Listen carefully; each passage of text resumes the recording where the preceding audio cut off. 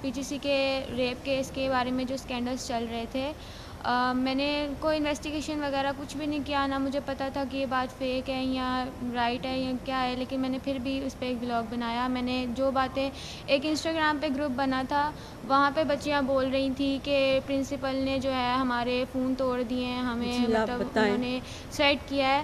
ایسی کوئی بھی بات نہیں تھی، وہ صرف خود سے باتیں بنا رہی تھیں، جس پہ میں نے بھی یقین کر لیا اور میں نے اپنے چینل پہ ویڈیو بنا کے اپلوڈ کی.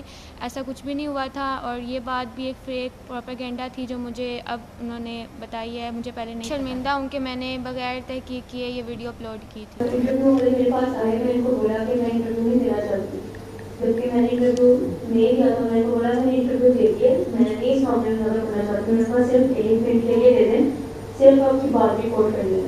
ہمارے پیچھے ایک ایمپسٹینٹ کی ٹیچر تھی، انہوں نے بولا اگر آپ پروٹیسٹ کے لیے آئے ہیں تو آپ لڑے گی، تو آپ کو